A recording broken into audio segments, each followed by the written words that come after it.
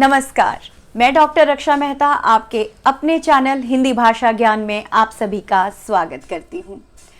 आज हम जिस विषय पर चर्चा कर रहे हैं वह है अर्धवर्ण। अर्धवर्ण, इस पर पहले भी मेरी एक वीडियो है, डिस्क्रिप्शन बॉक्स में मैं उसका लिंक डाल दूंगी, तो आप वो वीडियो भी एक बार देख लीजिए ज़रूर।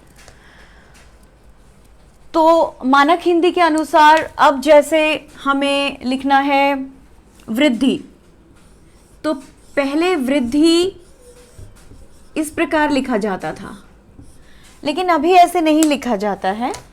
अभी वृद्धि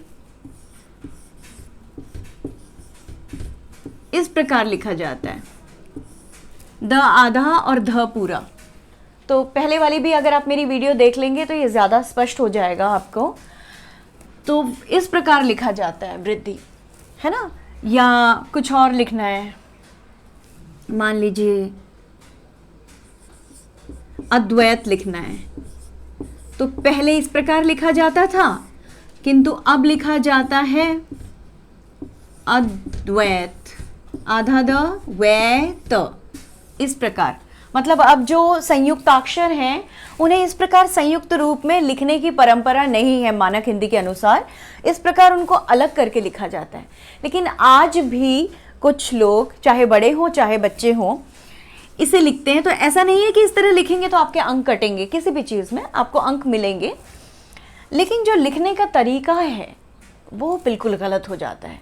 वो इसलिए क्योंकि कई बार मान लीजिए कि वृद्धि लिखना है, तो किस तरह से लिखा जा रहा है वृद्धि, पहले द इधर लिख देते हैं और ध इधर लिखते हैं, और फिर इस तरह से मात्रा। अगर इस तरह से आप वृद्धि लिख रहे हैं तो आपने तो बताया कि द पूरा है और द पर मात्रा है और ध आधा है, जबकि सत्य तो ये है कि ध पूरा होता है, नीचे वाला वर्ण हमेशा पूरा होता है, ऊपर वाला वर्ण हमेशा आधा होता है।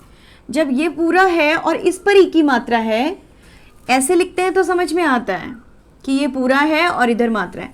लेकिन जब आप इस तरह से लिखते हैं कि ध को उसके पैर पर लगाने की बजाय उसके बगल में लगाते हैं, तो ये गलत हो जाता है प्रयोग, क्योंकि ध हो गया आधा और द हो गया पूरा, जबकि ध होना चाहिए पूरा और द होना चाहिए आधा। तो लिखने का तरीका, अगर आपको इसको संयुक्ताक्षर के रूप में भी लिखना है तो लिखने का तरीका ऐसा होना चाहिए, ऐसा बिल्कुल नहीं होना चाहिए। और वैसे ही अद्वैत लिखना है अगर, तो किस प्रकार लिख रहे हैं सब, अ और व यहाँ डालने की बजाय पैर पर इसके बगल में इस तरह से डाल दिया जाता है ऐसे। तो ये गलत प्रयोग है, इसलिए क्योंकि फिर व आधा हो गया, द पूरा है, द पर ए की मात्रा है, जबकि ऐसा नहीं है, जबकि द आधा होना चाहिए, व पूरा होना चाहिए। तो व जब द के पैर पर रहेगा, पैरों पर ही, तो ही वह पूरा होगा।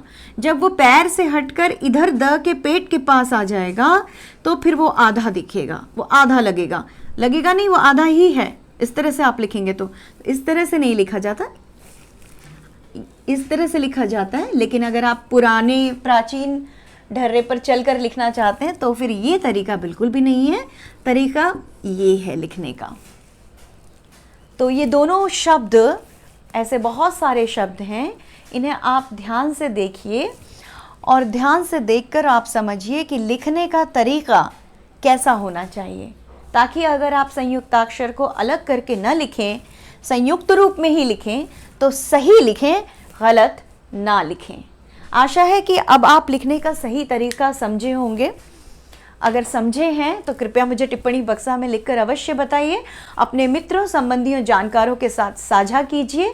चैनल को सब्सक्राइब कीजिए। हिंदी संबंधी और किस प्रकार की वीडियोस आप मुझसे चाहते हैं, कृपया आप मुझे बताएं। मैं ऐसी वीडियोस बनाने का प्रयास करूंगी। तब तक के लिए सीखते रहिए, सिखाते रहिए। नमस्कार।